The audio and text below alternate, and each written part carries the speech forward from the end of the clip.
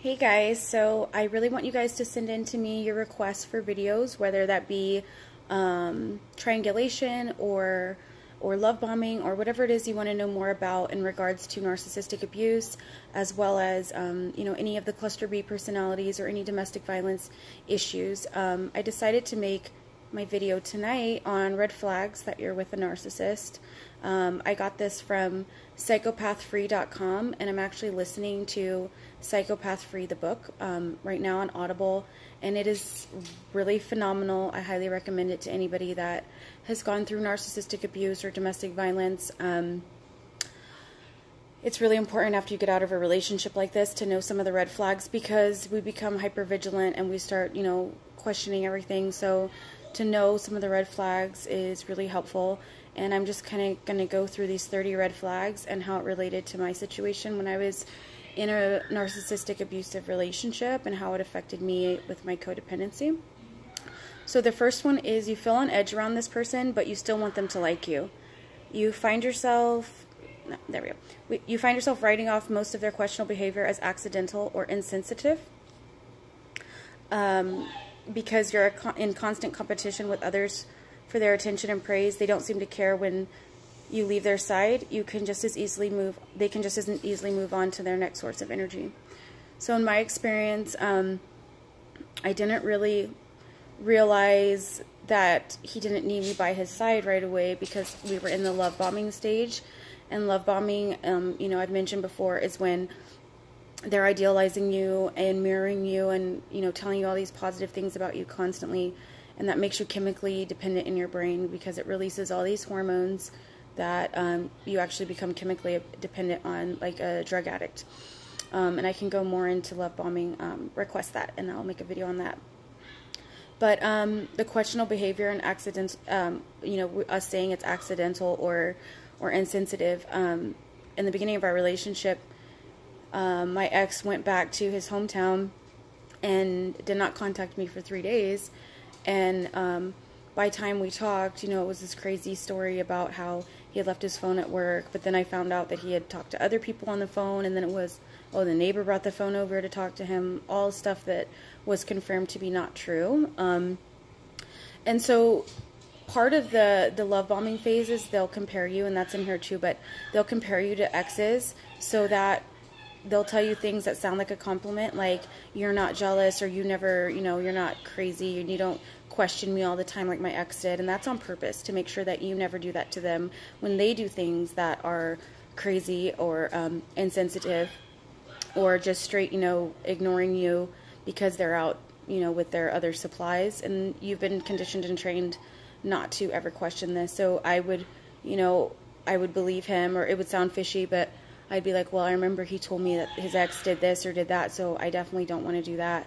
I need to be understanding of him because he's so sensitive, and, he's going through a lot. So his feelings always came out, they always trumped mine.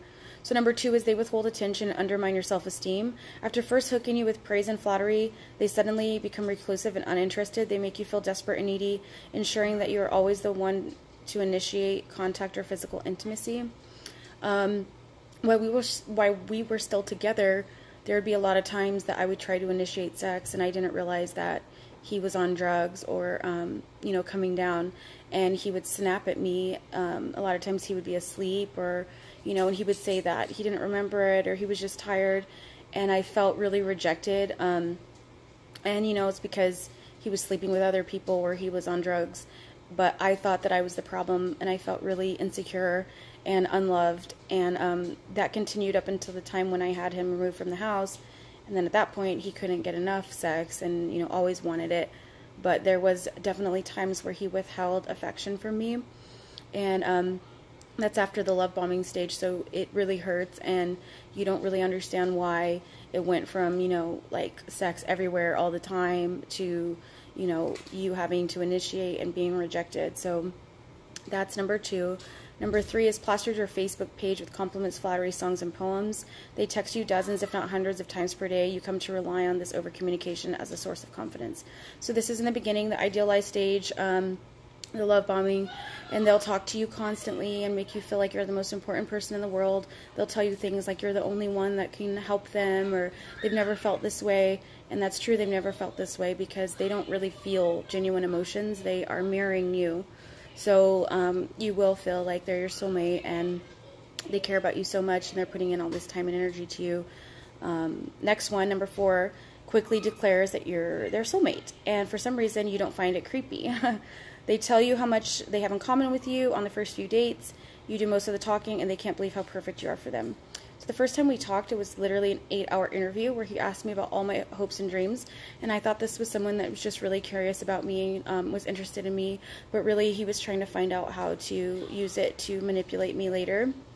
And you know, we were so, sorry, my son's up there playing video games, but we were so, you know, enmeshed in each other that we were saved in each other's phone as twin flames. So if that just tells you like how quickly our relationship escalated, we were engaged in 3 months and I was pregnant by 6 months. So it moved really, really quickly. And, you know, with other people, you would be like, wow, this is too fast, this is crazy. But with this person, it just seems to work. And when other people are telling you like red flags and watch out and this doesn't sound, you know, good or whatever, you're just like, no, you don't know them, you don't understand them, I've never felt this way. And they're saying the same thing back to you. Compares you to everyone else in their life, ex-lovers, friends, family members, and your eventual replacement. When idealizing, they make you feel special by telling you how much better you are than these people, and then when devaluing you, they use these comparisons to hurt you. So this definitely happened. In the beginning, he told me how fantastic his ex was, and then he slowly started to like talk bad about her and say that he was so glad I didn't do that, and that he had never felt this way for anybody else, and his ex was really snobby and high maintenance and shallow and superficial, and he was glad I wasn't any of those things. So that taught me, you know, to never ask for much, to continue to be selfless, not to argue with him. And it was gradual. Then lies and excuses. There's always an excuse for everything, even things that don't require excusing. They make up lies faster than you can question them. They will always blame others. It is never their fault. They spend more time rationalizing their behavior than improving it. This was definitely the case in my situation. He would apologize for things that like I wouldn't even be upset for, and like look guilty. And it was, you know, I was like, oh, this poor man must have been so abused, you know. Or he would like, for example, he had told me at one point that, you know, a child was killed in a car accident and it was his fault. And it was a really, you know, outlandish story. So I asked him, you know, what was the kid's name? And without hesitating, he told me the child's name, and even down to the spelling. And I searched death records, I mean, for months, like crazy stuff. And then came to find out from his family, none of that was true. So, you know, when most people are lying, they take it like they're kind of like, it's obvious, they're shifty or whatever, and like not with him. Like it was perfectly natural for him to come up with an excuse for every lie that he was caught in, and there was multiple. That's just one example, but you know, our whole relationship, about 2 years, he never admitted. He would just say like, I knew the truth, like, or why do we have to talk about this again? Like, he never said, yeah, I lied about that. So and that was when he knew. I already knew. So the next one is no startle response, total absence of anxiety, fear, and worry where there otherwise should be. They are also easily bored by the familiar. You write this off as calm and cool. You feel often inferior and oversensitive because you have normal emotions. So yeah, when I would get really upset about something, like him talking to other women behind my back and, you know, finding half-naked women in his phone and stuff like that, he would look at me like I was completely out of my mind, and like he didn't understand why I was upset. That was really common for him. And then the next step would be like flipping out into a rage and, you know, finding some way to explain to me how what I thought I saw wasn't what I saw, or how what he did wasn't that bad. For example, like when he broke into my apartment through my balcony, he said later on the phone, you know, what was I supposed to do? You wouldn't let me in. So just, you know, really awkward reactions to things that would normally be stressful for other people. Insults you with condescending, joking sort of attitude. Smirks when you try to express yourself. Teasing becomes the primary mode of communication in your relationship. They subtly belittle your intelligence and achievements. If you point this out, they call you hypersensitive and crazy. I don't remember this, like, the way it's being described here, but I do remember that in the beginning, and, you know, when things were good in our relationship, like when I wasn't questioning him or anything like that, he would always say how smart I was and how good I was and how he didn't deserve me. But, like, when I would confront him about something he was lying about, or, you know, how he would say he was going to do one thing and do another thing, he would attack, like, my intelligence or my accomplishments and be like, oh, you know what, you're a nurse and you're a mother, like, whoop-de-doo, what big accomplishment is that? Like, you haven't accomplished shit, basically, he would say. And he would say, like, I've owned a business, all this stuff that he, you know, ruined with his drug addiction and his lying and, you know, manipulating people. 9 is uses social networking to provoke jealousy and rivalries while maintaining their cover of innocence. They once focused all their attention on you, but now they post ambiguous videos and statuses to make you doubt your place in their heart. They bait previously denounced exes with old songs and inside jokes. They attend to new activity and ignore yours. So when he came back from sober living and he got a job with one of his friends, you know, he would get invited to parties and stuff, and I didn't want to go because I knew there was drinking and drugs, and he was in recovery. So he would go without me. He would, you know, spend time with these friends without me. And one of the times that he cheated on me, like, I saw that he was sending these songs that were all about how he left this girl and how he was so lucky to find this new girl. It was called Found You by Kane Brown. And, you know, you know, he lied to me and told me that he wasn't doing that, and, you know, that I just misinterpreted or whatever. And so he definitely would love bomb with music. And I actually read somewhere that narcissists do that because they can't have their own emotions and they can't express emotions, so they borrow other people's, and especially through music. After I'd kicked him out of the house, but we were still, you know, working on a relationship, so I thought, and I was pregnant, he posted something along the lines of, like, you were my happiness and all I wanted was to be with you, but now I have to find my own happiness. And now I realize, you know, that was to get sympathy from other people, that he was, you know, spreading lies about me too.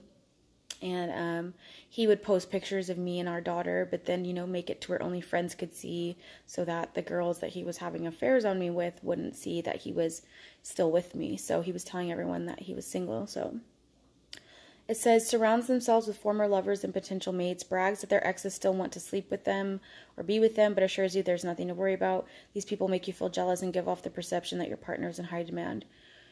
So when he would be talking to other women, I really didn't have a lot of details, but he would basically just tell me that, like, there were people from outpatient rehab, or that they were just reaching out to him, or he was just venting about our relationship or whatever.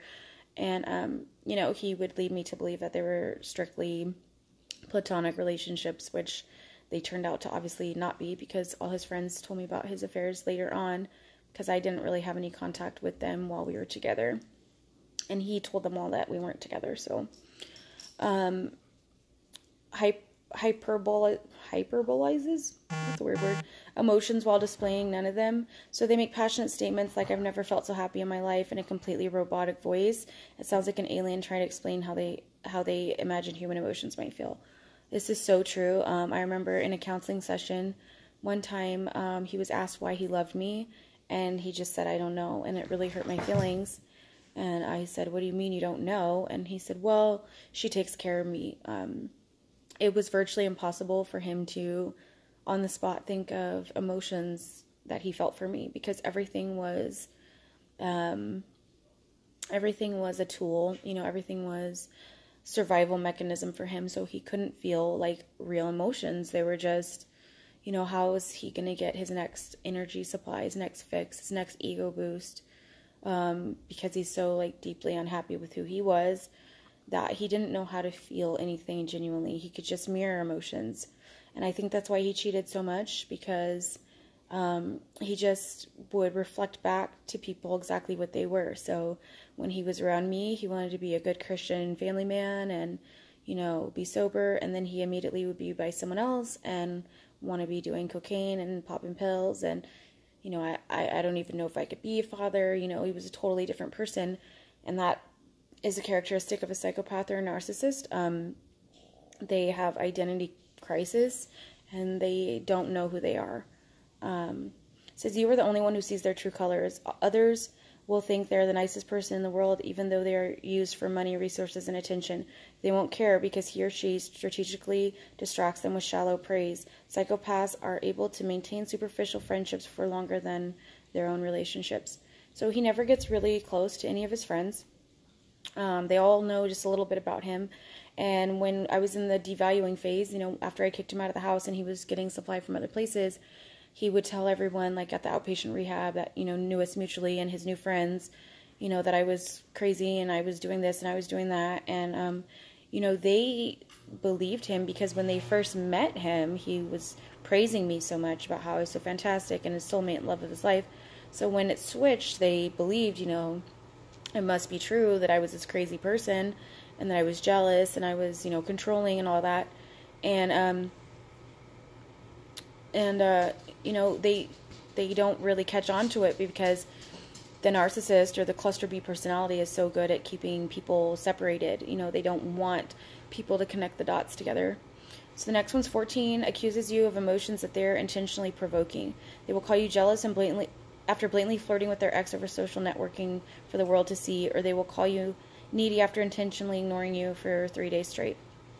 So, this happened all the time. Like, when I had him out of the house and I ended up getting a restraining order, I would try not to talk to him, and I would see things and signs that he was cheating on me, and he would still show up and beg to come in and everything. And when I would confront him about the things he was doing, he just would look blank, like, he would say he couldn't stay away from me, but yet when I would break down and end up talking to him and breaking the no contact order, then I would be ignored, or he would tell me he had no service. So it was just this really big roller coaster. And then the whole jealousy thing, I was the love of his life and I had no reason to be jealous. And of course he wasn't doing this or that. And, it was because of my past that I couldn't trust him. And he would just use anything and everything he could to make me doubt my emotions and feel insecure. The next one was 15. They can't put themselves in your shoes or anyone else's for that matter. You find yourself desperately trying to explain to them how they might feel if you're treating them this way, but they just stare at you blankly. That's self-explanatory. It happened all the time. It was either blank stares or rage from him that I would get when I would try to explain my emotions. 16, you are engaged in constant conversations about their ex. You know them by name. You know everything about the relationship, at least your partner's version of the events. The ex becomes one of the most frequent topics in the discussion of your relationship. This was in the beginning until I caught on to it being inappropriate, and he, had to find some other thing to talk about. But he talked about his ex a lot in the beginning, and, it was weird because at first she was fantastic, and then the closer he and I got, she was this horrible person. And then I would kind of defend her and be like, well, if you were doing this, she probably would do this. And no, that's not why. I was great to her. I supported her. All stuff that I found out was completely untrue. Next one, 17, you find yourself explaining the basic elements of human respect to a full-grown man or woman. Normal people understand the fundamental concepts of honesty and kindness. No adult should need to be told how they're making another person feel. So they're emotionally stunted, they're basically adult children, and they do things that are highly insensitive, and they have no empathy. They can't understand how it would make another person feel. And, when you explain stuff to them, they might pretend to now understand it, but it continues to be an issue. 18, focuses on your mistakes and ignores their own. If they're 2 hours late, don't forget that you were once 5 minutes late to your first date. If you point out their mistakes, they will always be quick to turn the conversation back on you. Again, self-explanatory. This happened all the time. I can't even think of a specific incident, but just anything that here's a good one. So he, would relapse and start doing marijuana and drinking and all these things that we know led him back to using his drug of choice, which was opiates. And he would be like, well, you used to smoke marijuana. And so because I smoked marijuana before in the past, now that was his excuse of why he would not handle his drug addiction or maintain sobriety. So just things like that. And we would get nowhere with the conversations because they would just cycle back to what I had done, previously without all the information that, I now had, and not without being older and all these different circumstances that I've changed and grown and he hadn't, but somehow that was still an excuse for him to do his behavior. So 19, suddenly and completely bored by you, gives you the silent treatment and becomes very annoyed when you seem to be interested in continuing a passionate relationship that they created. You are now a chore to them. Like I said about initiating sex, it was really hurtful to me because I now felt like unattractive. And he would tell me I was beautiful all the time. That's a thing that's a big, just a second. Excuse me. That's a big trait of a psychopath or a narcissist or cluster B personality. They're very superficial. So I got a lot of compliments on my physical appearance, but his words didn't always match up with how he treated me. 20, the ultimate hypocrite. They have extremely high expectations for fidelity, respect, and adoration. After the idealization phase, they give none of the same back to you. They will cheat, lie, insult, and degrade, but you are expected to remain perfect. So on the one incident where he was holding me hostage that I've talked about briefly in other videos, there was a point where he was choking me because I allowed him to look at my phone, and I had been talking to a friend from high school about codependency, and it was a male, and there was nothing inappropriate in the messages at all, but came to find out he was high on cocaine, so he was assuming I was having an affair and all these other things, and he ended up choking me and telling me that if I cheated on him, that he would kill me. So, he had already cheated on me multiple times at this point. I just didn't know about it yet. I had my suspicions, but, no evidence. So that's a perfect example of how they're ultimate hypocrites. 21, sometimes it seems as though they've forgotten who they're supposed to be around you. They adopt different personas for different people, transforming their entire personality to match various audiences. It's always very eerie when they slip and accidentally use the wrong mask for you. You will start to feel that their personality just doesn't seem to add up. This didn't happen until like a year into our relationship because he really only spent time with me until I started having boundaries. As soon as I started having boundaries, he would leave and go be with other people, or he'd go to rehab or whatever. And I remember one time we went to the beach with some of his friends, and he was a completely different personality. He was obnoxious, he was immature, very cocky, like nothing I had ever seen. And then around me, he was like this soulful, deep person with, all these stories of things that had happened to him in the past and how he wanted to be a better man and how I made him want to be a better man. And then around people from our church, he just couldn't wait to be a father and loved me so much, and I had saved his life, and he never felt like this for anyone else. So he was just totally different around everybody else. Once I had him removed from the house for suspected drug abuse again and violence, his new roommates, he was real just shallow and goofy and just not someone that I knew. 22, an unusual amount of crazy people in their past. Any ex-partner or friend who did not come crawling back to them will likely be labeled as jealous, bipolar, an alcoholic, or some other nasty smear. They will speak out about you the same way to the next target. This was going on before I even knew about it. When I kicked him out of the house, I had always known of him explaining me to everybody as his soulmate, and, so helpful and loving, and, everybody thought really highly of me. And then after I found out he had cheated on me and I stopped talking to him and went no contact, all the people that were new in his life from the time that I kicked him out, which was about 4 months earlier, all they heard was that I was evil and horrible, and like I talked to some of the girls that he was dating behind my back, and he told them that I would trick him into coming over and to try to get him to see our daughter, and then I'd call the cops on him, and I only ever called the cops on him if he was like breaking into my house or being crazy or on drugs. And he had totally painted this other picture of me, and it really hurt my feelings when I found out that he was saying I was stealing money when like I paid all his bills for him, and just an insane amount of lies. But that's what they do, is they start devaluing you to help build the loyalty of their next victims. 23, flatters your deepest insecurities. If you're self-conscious about your looks, they call you the sexiest person in the world. If you've got a need to entertain, they'll call you the funniest person they've ever known. They'll mirror your greatest fantasies, playing whatever role it is necessary to win your heart.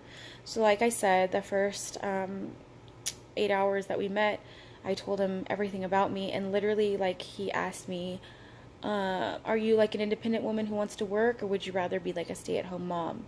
And so I told him, like, I always want to have like a job or a passion, but I'd love to be a stay-at-home mom when my kids are little.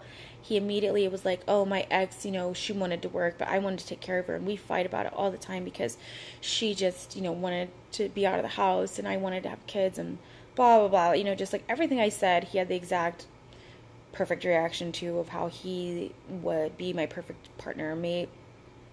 24, frequently comments about what you're wearing and how you look. They try to arrange you. You become obsessed with your appearance, noticing flaws that you didn't even know exist. During and after the relationship, you will spend significantly more time in front of the mirror. I didn't experience this too much, but I didn't really go through the devaluing phase. Like, I didn't know about it really, because he was either with me, like charming me and trying to get back in my good graces, or he was around other people. So when he was talking negatively about me, it wasn't ever really to my face. He always told me how beautiful he thought I was. And just, he'd call me gorgeous and, you know, stuff like that. And, you know, if I was upset or if I felt unloved, he'd just look at me and be like, I'm so lucky. You know, he'd bait me back with that insecurity. So 25, you fear that any fight could be your last. Normal couples argue to resolve issues, but psychopaths make it clear that negative conversations will jeopardize your relationship, especially ones regarding their behavior. You apologize and forgive quickly, otherwise you think they'll lose interest.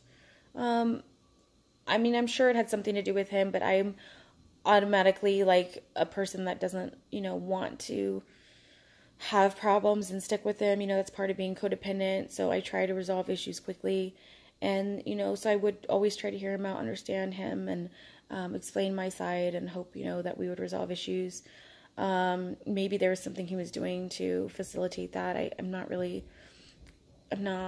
don't remember things right offhand.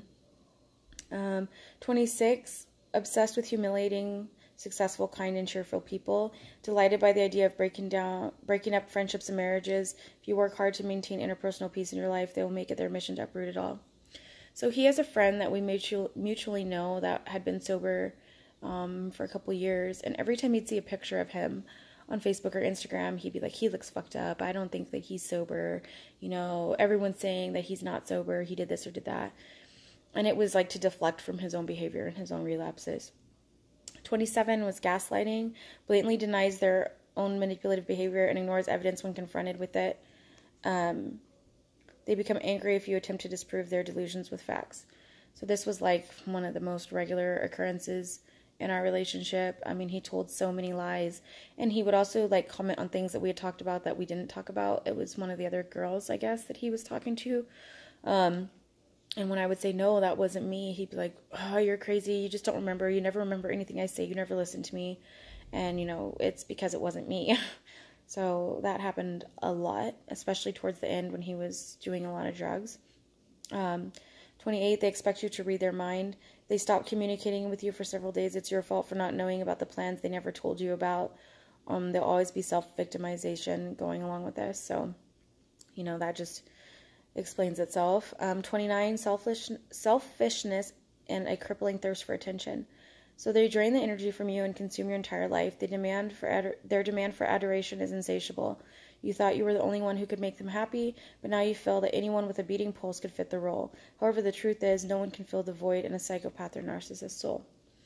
So, you know, people have tried to explain to me what I already know, that, you know, he cheated on me because he's super insecure and needs somebody to tell him that he's valuable and he's fantastic and all these things. And I understand that. And, you know, throughout our relationship, even though I didn't know he's cheating, I knew a lot of the stuff he did was because of that, and I had empathy for it.